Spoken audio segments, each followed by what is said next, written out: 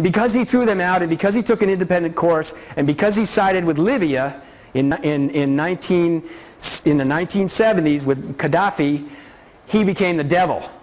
So, but Idi Amin wasn't a nice guy, but Museveni is far, far worse than anything like that. But we never hear anybody talking about Museveni massacring hundreds of thousands of people in the Congo, which is what the Ugandan government has done. Or people being killed in Uganda.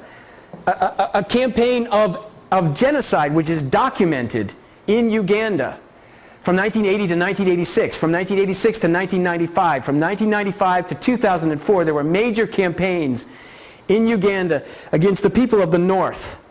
And this is genocide against the Acholi people.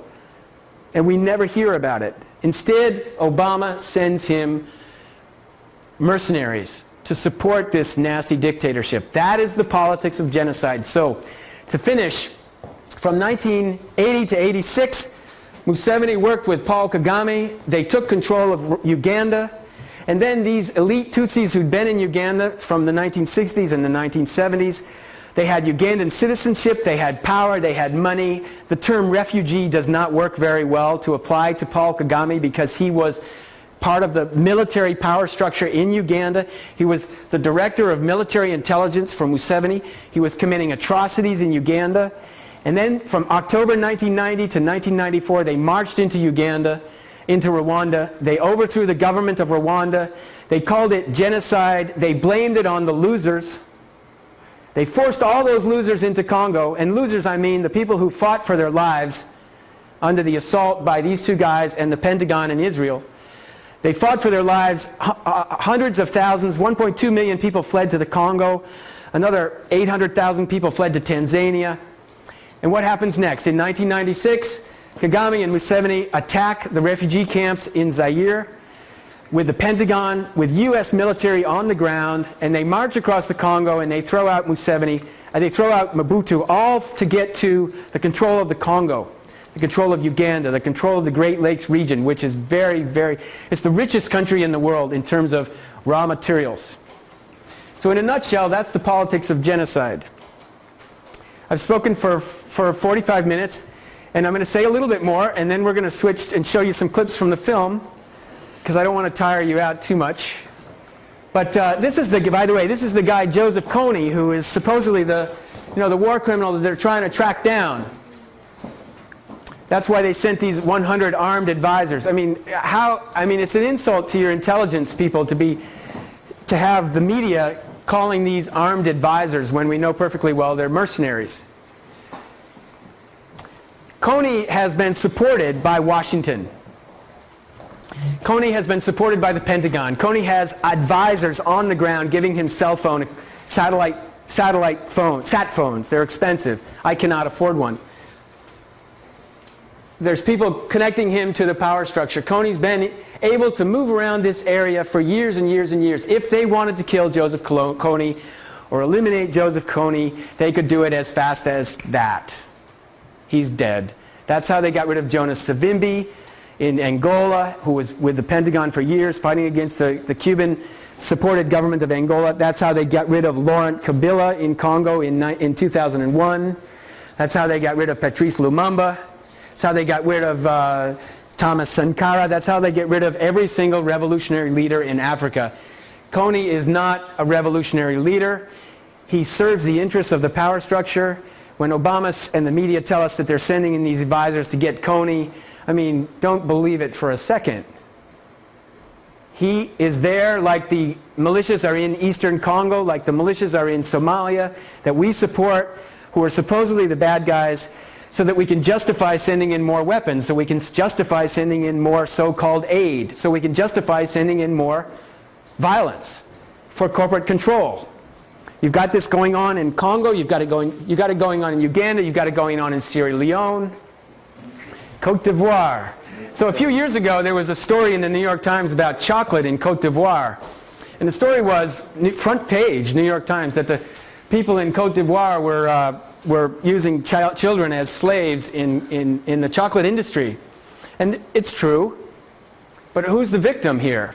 The children, the people using the children, the people in Cote d'Ivoire. Because who's getting the chocolate? people in the United States, people in Belgium. Who's making the chocolate? Who's taking the chocolate? So the story didn't tell you what corporations are involved. It didn't give you the names of the corporations. It doesn't tell you the names of the officials who are flying in there to get the chocolate. It doesn't tell you who's shipping in the weapons. It just makes it look like people from Ivory Coast are naturally exploitative, naturally going to use children as slaves. That's what the story looked like, and that's the racial motivation of the New York Times. It's to make white people think those people in Africa, they have a lot of problems with slaves. They have a lot of sexual problems. It's insane, you know. Paul Kagame was trained at Fort Leavenworth, Kansas. He's one of the most ruthless human beings who's ever lived. I can't stretch this. I have to move around so I'm not in somebody's way all the time, but in everybody's way some of the time. So Kagame came from the United States. This nonsense about General Romeo Dallaire could have stopped the genocide in Rwanda. It's just like the nonsense about genocide in Rwanda. Dallaire and the UN were supporting the current government in power, who were the aggressors, the people committing the most organized violence. If there's genocide, and we're going to define genocide, then we're going to define it and label it as the people that committed it were actually the people from the current government. But most Rwandans and people who've thought this out deeply say we can't talk about genocide because people don't understand what genocide means. They don't understand the terminology. They don't understand how it's used. They don't understand that it's used to manipulate people. So let's not use the word genocide at all, and let's stick to war crimes. Who committed the war crimes? Who committed the atrocities? Where were they committed? Who did the killing at this church? This stuff is known. Some of the information has been completely fabricated and twisted to serve the interests of power. So you've got, as I said, you've got a gigantic industry around the subject of genocide in Rwanda, producing books, selling books, bookstores, book signings, lectures, publications. A whole industry around genocide in Rwanda. A whole industry around speakers speaking about genocide in Rwanda. A whole industry around films about genocide in Rwanda and filmmaking about genocide in Rwanda.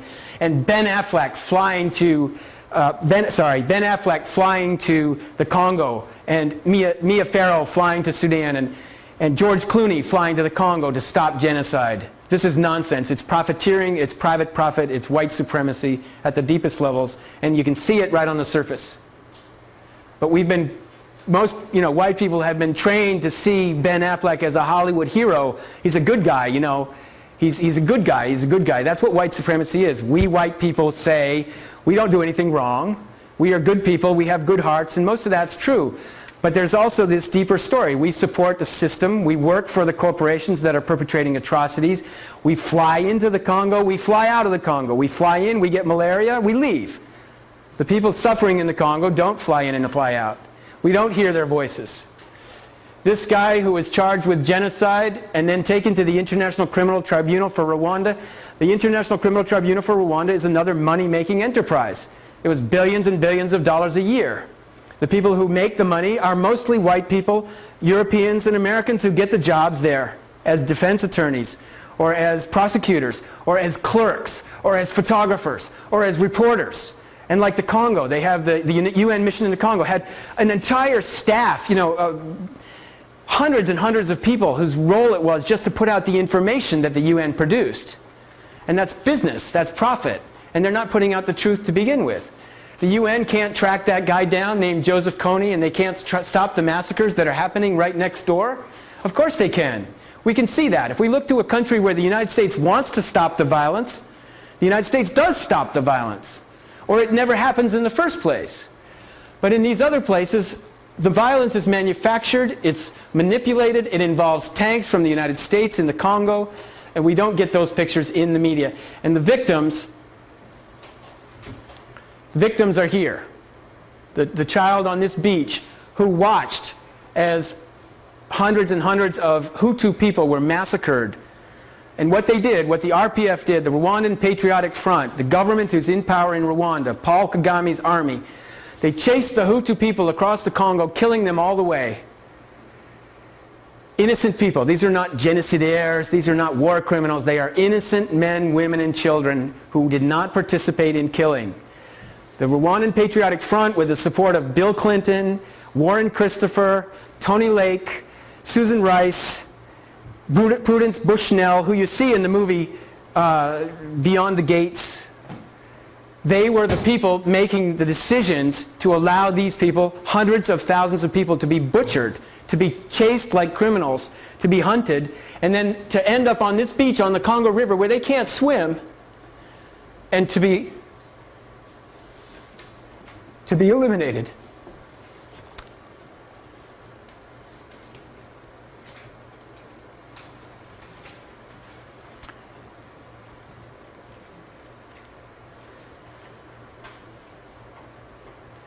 When you get to know the people, you know, you can't do anything except do your best to say what's going on, you know.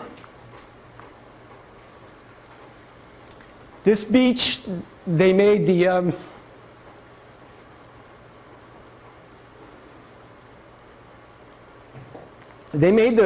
people, they forced the people together, they surrounded them. The people who could swim jumped in and drowned, or didn't drown, but they swam, whatever. People were coming with boats to try to rescue people, but there were a couple thousand people trapped on this beach right here in Bendaka. When the RPF came, they surrounded them with the support of the Pentagon.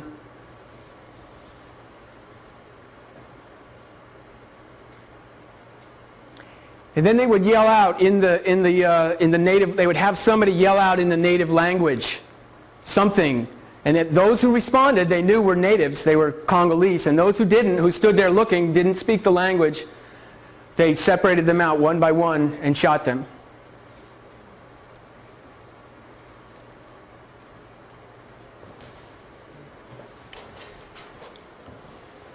And the New Yorker is just full of garbage. I mean, it's the most unconscionable propaganda you can imagine. There's an entire industry that's been developed to cover up the story. The New Yorker, the New York Times, the Wall Street Journal, the Washington Post, Amy Goodman on Democracy Now! Is just as responsible as covering up the truth as anyone else. And she knows the difference. She knows that there's information out there telling what's really happened in Rwanda, what's really happened in the Congo. All of this discussion about conflict minerals in the Congo is because if Mexico invaded the United States and took control of Arizona and New Mexico and started stealing the raw materials, the uranium, for example, if Mexico was stealing the uranium and killing people, and if Mexico was backed by the United States because they wanted to control it this way, you know, meaning the U.S. government, but somebody else in the middle wanted to take Arizona back, you have the same story. You have people coming in from the outside, taking control of Arizona and claiming that it's about the conflict minerals in Arizona. It's not about the minerals in Arizona. It's about who occupies Arizona. In the Congo, we have Rwanda and Uganda occupying the eastern Congo. They're doing the killing. They're funding the organizations that are flying over there to talk about women being raped. They're funding all those groups I showed you in the beginning. The New Yorker produces the propaganda, and they put George Clooney on TV and next to Obama or whatever. It's just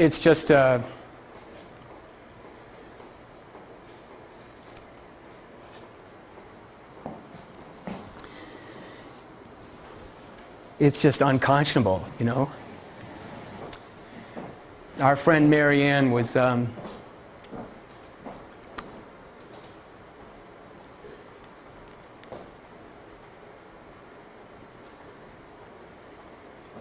she survived.